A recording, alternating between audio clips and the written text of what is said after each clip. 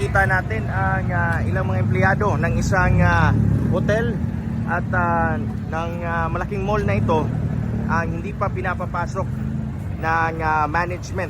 Ito'y matapos ganigin ng magnitude 5.9 ang Cagayan de Oro City, at ayon sa CDRRMO ay nasa intensity 4 ang naramdaman ng lungsod.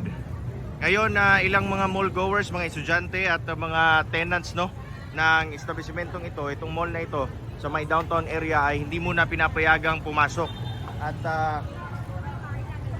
may inilagay na rin ang management ng mall na isang tent dito, together with may mga first aid kits silang ginawa rin para masiguro kung may mga mall goers ba o mga tenants nila na na-injured dahil sa nangyaring paglindol.